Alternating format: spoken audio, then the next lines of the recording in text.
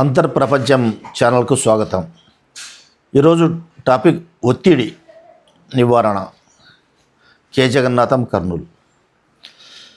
చాలామంది గత కొద్ది సంవత్సరాలుగా ఒత్తిడి అనే దాంట్లో ఇబ్బందులకు గురవుతున్నారు. చాలా ఒత్తిడి సార్, స్ట్రెస్ సార్ అని చెప్తారు.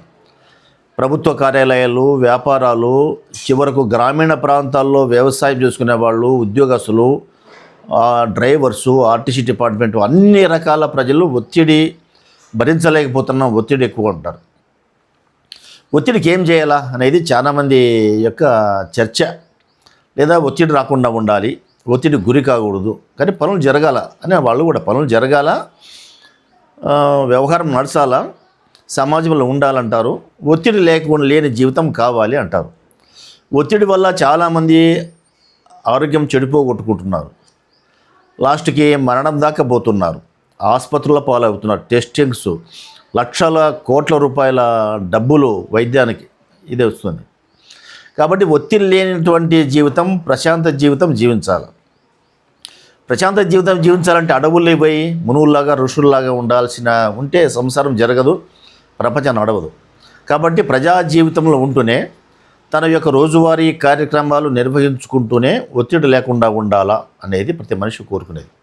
తన రోజువారీ పనులు నడవాలా, నడుస్తూ ఒత్తిడి లేకుండా ఉండాలని కోరుకుంటాడు. కాబట్టి ఒత్తిడి ఎక్కడ వస్తుంది? మనిషి యొక్క శరీరంలో మొదలవుతుంది. దానికొద్ది ముందు ఇంకెక్కడ మొదలవుతుంది? మనసులో మొదలవుతుంది. దానికొద్ది ఇంకా ఎక్కడ మొదలవుతుంది? ఆలోచనలు మొదలవుతాయి, భావాల్లో స్టార్ట్ అవుతుంది. భావాలు, ఆలోచనలు, మనస్సు, ఇవన్నీ వీటి యొక్క ఒత్తిడి ప్రభావం దేని మీద పడుతుంది? శరీరం మీద పడుతుంది. మనసు స్ట్రెస్ గురవుతుంది, పని కావాలా తొందరని. భావాలు అట్లే ఉంటాయి, ఆలోచనలు కూడా పుంకాలుగా ఆలోచనలు వస్తాయి. ఈ మూడిటి యొక్క ప్రభావం వెంటనే శరీరం మీద పడుతుంది. శరీరం స్పందించి దాన్ని ఎదుర్కోలేక ఆ ఒత్తిడికి గురై ఏదో ఒక పార్ట్ డ్యామేజ్ అవుతుంది, నష్టమవుతుంది. అంటే దాన్ని నిలువరించలేదు శరీరం, ఒత్తిడిని దాన్ని ఎదుర్కోలేదు. అంటే వస్తున్నటువంటి శత్రు సైన్యాలను లేదా వ్యతిరేక భావాలను ఎదుర్కోలేక ఇబ్బందికి గురవుతుంది. కాబట్టి స్ట్రెస్ గురై నీ అంతర్గత శరీరంలో ఉన్నటువంటి పార్ట్స్ అన్నీ దెబ్బతింటున్నాయి, భాగాలన్నీ డ్యామేజ్ అవుతున్నాయి. గుండె, ఊపిరితిత్తులు, కిడ్నీలు, మెదడు, రక్తపోటు, పక్షవాతం అన్నీ వస్తున్నాయి. కాబట్టి దీన్ని నివారించాలంటే ఏం చేయాలా? నివారించాలంటే బయట వెతకడానికి పోతే ఎక్కడ ఏమీ దొరకదు, అసంభవం, బయట వెతకవద్దండి.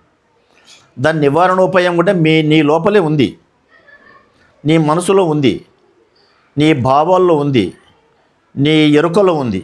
నువ్వు ఎరుకలో ఉండు, నాకు ఇది ఒత్తిడి వస్తుందా అని గమనించు, చాలంతే. గమనిస్తే నివారణ అవుతుంది. ఎక్కడైతే హాస్పిటల్ ఉందో హాస్పిటల్ లోపలే మెడికల్ షాప్ కూడా ఉంటుంది. అట్లనే ఎక్కడైతే నీ శరీరంలో, మనసులో, భావాల్లో, ఆలోచనలో ఒత్తిడి ఉంటే దాని నివారణోపాయం కూడా, దానికి తగిన మందులు, మెడికల్ షాపు, ఎక్విప్మెంట్స్, పరికరాలు కూడా నీ శరీరంలో, నీ మనసులో, నీ భావాల్లో ఉన్నాయి. కానీ నువ్వు దాన్ని గమనించడం లేదు. గమనించకుండా ఒత్తిడి వస్తుంది అని బయటికి పోతున్నావు. బయట ఎక్కడ దొరకదు, అది అసంభవం. దొరికిన టెంపరవరీనే, తాత్కాలికంగా దొరుకుతుందా, పర్మనెంట్ దొరకదు. నీ ఒత్తిడి నువ్వు గమనించు, నీవు ఎరుకుతూ ఉండు. అందుకే శ్రీకృష్ణుడు చెప్పాడు, జీవితంలోన మనిషి జీవితము తామరాకు మీద నీటి బొట్టులాగా ఉండాలని. నీవన్నీ ఉండు, తామరాకు మీద నీటి బొట్టు ఉండాలా, కానీ తామరాకుకి నీటి బొట్టును అంటుకోదు, అది తడి కాదు. అట్లనే నీవన్నీ పనులు చేస్తూ చేయని మనిషిలాగా ఉండాలా. అన్నింటిలో నిమగ్నమవుతూ నువ్వు వేరుగా ఉండాలా. పని వేరు, నీవు వేరు. ఆ వ్యాపారం వేరు, నీవు వేరు. అట్లా గమనించేవానిగా ఉండాలా. అట్లయితే నీ ఒత్తిడి నివారణ అవుతుంది. ఈ ఒత్తిడి పోయి ప్రశాంతంగా ఉండాలంటే నీలో ప్రశాంతత పెరగాల. ప్రశాంతత పెరగాలంటే ఏం చేయాలా? ప్రతిరోజు కనీసం అంటే 3, 4, 5 గంటలు, 6 గంటలు సైలెంట్ కూర్చో. అప్పుడు నీలో ప్రశాంతత అనే యొక్క సైన్యము, మిలిటరీ శక్తి, ఎనర్జీ పెరుగుతుంది. ఆ ఒత్తిడి నుంచి వచ్చే సైన్యాన్ని ఎదుర్కొంటుంది. బయట ఉన్నటువంటి కాస్మిక్ ఎనర్జీ ఉందే, బాహ్య ప్రపంచంలో ఉన్నటువంటి కాస్మిక్ ఎనర్జీని నీవు ఖాళీగా కూర్చున్నటువంటి నీ శ్వాస నువ్వు గమనించుకుంటూ ఖాళీగా కూర్చున్న సమయంలో ఆ కాస్మిక్ ఎనర్జీని శరీరము మనస్సు తీసుకొని ఫుల్ స్ట్రెంగ్త్ అయితే బలంగా తయారవుతాయి. ఆ బలంగా తయారైనప్పుడు ఎంత ఒత్తిడి వచ్చినా నీ మనసు తట్టుకుంటుంది, ఎంత ఒత్తిడి వచ్చినా నీ శరీరం తట్టుకుంటుంది, ఎంత కష్టం వచ్చినా నీ శరీరం భరిస్తుంది. ఆ కాస్మిక్ ఎనర్జీ ఎట్లా వస్తుంది? నువ్వు సైలెంట్గా ధ్యానంలో కూర్చుంటే బయట ఉన్నటువంటి విశ్వంలో ఉన్నటువంటి అపారమైన విశ్వశక్తిని నీ శరీరము మనిషి తీసుకుని లోపల స్టాక్ పెట్టుకుంటాయి, స్టోర్ చేసుకుంటాయి.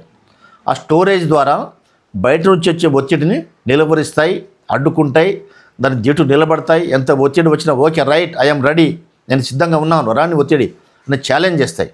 కాబట్టి ఆ విధంగా మీ ఒత్తిడి నివారించడానికి మీరు అంతర్గతంగా ప్రయాణం చేయమని చెప్తున్నా.